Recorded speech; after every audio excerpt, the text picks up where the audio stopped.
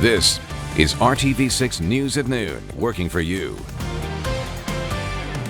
Well, first up this afternoon, we got to talk about your forecast as we start a new work week. And Todd, if today is anything like what we had yesterday, I think we're all in for a big treat. But you do have a lot to talk about because things aren't going to stay like this for long. Right. So record potential for your high today. And then tomorrow we have rain. And then by the middle of the week, we're talking about a wintry mix. But behind me, I need to move out of the way, or we'll just pull it up on the screen there for you.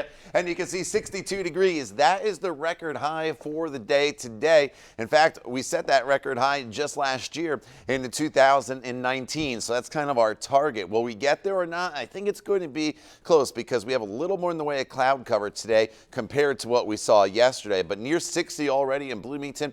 54 is the current temperature in Indianapolis, 53 in Tipton, up towards the Peru area. Here are the clouds in place, but there's breaks in the clouds here and there.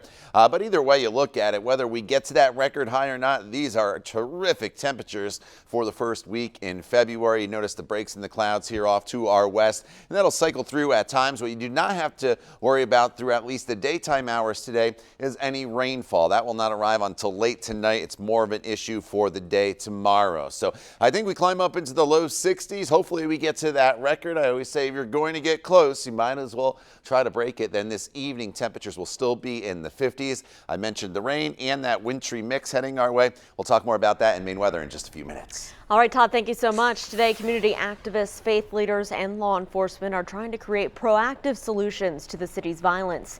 It was a bad weekend and Monday morning for first responders here in Indianapolis. Several people were shot, some of them losing their lives. New at noon, IMPD is investigating a now deadly shooting on the east side on Riley Place, which is just a little north of Emerson in Southeastern. Detectives say that a man was sent to the hospital in critical condition, and we just learned that he has died of his injuries. We're still trying to confirm what led up to that shooting. We'll have those details on this story in the RTV6 app. 2 people are in custody after police say they fired at an Indy officer. IMPD tried to pull them over near East 10th and Tuxedo Streets Sunday morning. Police say someone inside the car fired shots at the officer. After an exchange of gunfire, no one was hurt and those 2 people in the car were arrested. On the west side, a person is dead after an early Sunday morning shooting on Rockville Road just east of Holt Road. Officers found the person suffering from a gunshot wound. And then Saturday night, 2 people were shot and killed on the east side. Police say that a man and a woman were found dead in a yard near 19th and Audubon Road. Detectives can't say if they were involved in a disturbance or if those 2 people were innocent bystanders. 1 person was hurt in an East Side gas station shooting just before 11 o'clock last night. That's near 10th and Rural Streets. When officers arrived at the Marathon gas station, they found a person suffering from a gunshot wound. Now, investigators say they need your help. If you have anything that you can share with them on any of these acts of violence, please call them. If you know anything, you can leave an anonymous tip with Crime Stoppers at 317-262-TIPS. Right now, we are coming to you on our digital platforms, and it's because ABC News is broadcasting President Trump's impeachment trial live on air. There's a lot going on this week as it wraps up with senators preparing for a vote on Wednesday. So we want to give you a buttoned-up look at what's going on right now with ABC's Serena Marshall. It's the beginning of the end. Closing arguments in the impeachment trial of President Trump getting underway this morning. In America, no one is above the law, even those elected president of the United States. Both sides wrapping up their case before senators take to the lectern to explain their votes. The 51-49 vote last week spared the president an extended trial by denying new witness testimony, like the president's former national security advisor, John Bolton. One of the Republican senators who voted to prevent new witnesses saying this weekend, well, he thinks what the president did was wrong. Inappropriate was the way I'd say improper, crossing the line. It wasn't impeachable, and that voters should determine the president's fate. But hopefully he'll look at this and say, okay, that was a mistake. I shouldn't have done that. On Fox, the president expressing no regrets for his actions, instead claiming it was Democrats through impeachment who were trying to interfere in the 2020 election. I think they just want to win. And it doesn't matter how they win. Come Tuesday, he'll address the nation with Speaker Pelosi, who began the process to impeach him, perched over his shoulder. His address, coming before the final Senate verdict, has been rendered. I'm going to have it. It's going to be done. We're going to talk about the achievements that we've made. Nobody's made achievements like we've made, so many different things. 2/3 of the senators are needed to remove the president, and that's not expected. But the numbers on acquittal, not clear. 3 Democratic senators from where the president remains popular have so far not indicated how they will vote. The pending acquittal of the president isn't the end of the Ukraine controversy, though. The House Speaker last week not shutting the door on bringing the witnesses Senate Democrats wanted before the lower chamber. As one of the president's staunchest defenders, Lindsey Graham, says he's ready to subpoena Joe Biden. Reporting from Capitol Hill, Serena Marshall, ABC News. Meanwhile, today, Democrats are on the ground in Iowa as first-in-the-nation voting begins tonight. The Iowa caucuses officially kick off the 2020 presidential nominating season. Several of the presidential candidates raced back to the Hawkeye State this weekend to campaign. Senators Warren, Sanders, and Klobuchar all kept in Washington, D.C. last week for President Trump's impeachment trial. We are continuing to monitor the spread of the coronavirus as the death toll in China now exceeds that of the major SARS outbreak back in 2002 and 2003. Stocks have dropped sharply in China as that outbreak continues this week. Internationally, countries are tightening travel to and from China to try and stop the spread. There are at least 11 confirmed cases in the U.S., a small number compared to the 17,000 cases total. This weekend, 2 Indiana colleges decided to restrict travel to China. IU restricting travel for faculty, staff, and students with the guidance from the CDC. Taylor University in Northeast Indiana has canceled a study abroad program in China. Take a look here. Carmel police need your help to identify a suspect in a vandalism case. The entire crime caught on camera. Police say this happened just after 11 p.m. earlier last week on Monday. The suspect seen here spraying graffiti on a wall near Monon Boulevard. Police describe the person as tall and slender with a unique walk. If you have any information about what happened here or who this person is, please call Carmel Police.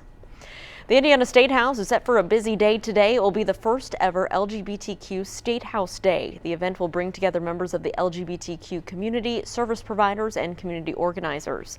Legislators will also be on hand to discuss the needs of the LGBTQ Hoosiers. Today's event runs from 10:30 this morning and it ends at 2 o'clock.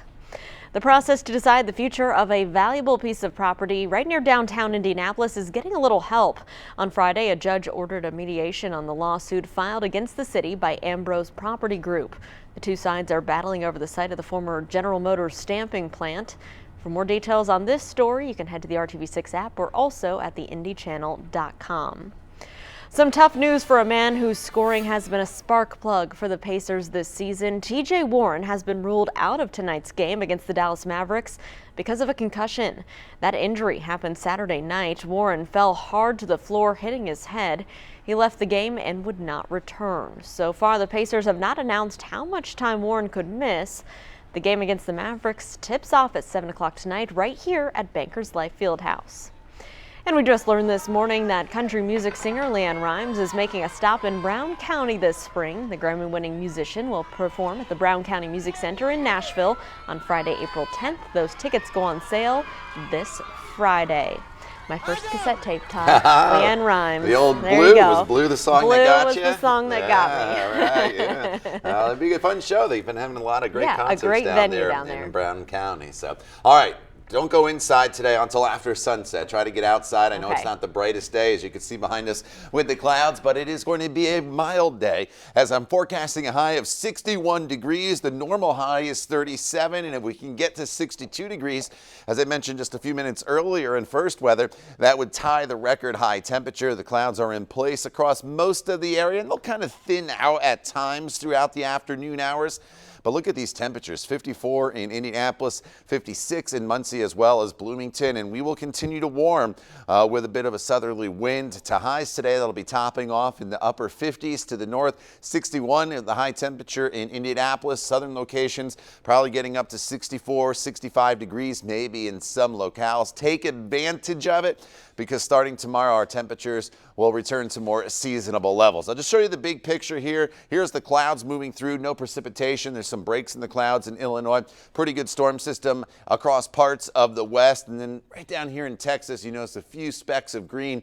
That is going to be our weather maker for the day tomorrow. So I'm going to fast forward to tonight and showers will develop closer to midnight. You don't have to worry about anything until after sunset. And then overnight, we get into steady rain in southern locations, pretty sharp cutoff to the north. Your morning commute tomorrow will be dealing with scattered showers. Tuesday's a day you want to have the umbrella handy. You may not need it at all times, but we'll be dealing with these showers off and on. And then the colder air will start to work its way in tomorrow evening and could bring us over to a little bit of a light wintry mix. So tomorrow's high temperature starts off in the 50s in the morning hours, and then throughout the day you'll notice those temperatures fall back down into the 30s throughout the afternoon. So it's warmer to start compared to the finish for the day tomorrow. Now I want to fast forward even further into this forecast because I mentioned that wintry mix, and you have to look at the timestamp here.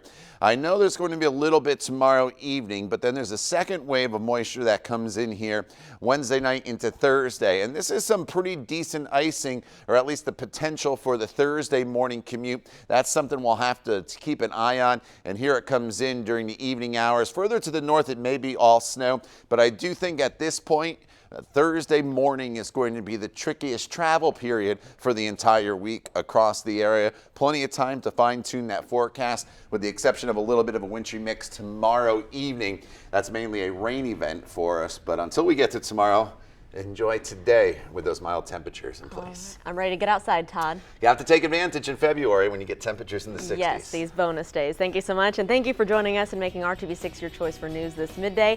We're going to be back on air and online and on the RTV6 app with the latest on the news at 5 o'clock. Enjoy the outside. Have a great afternoon.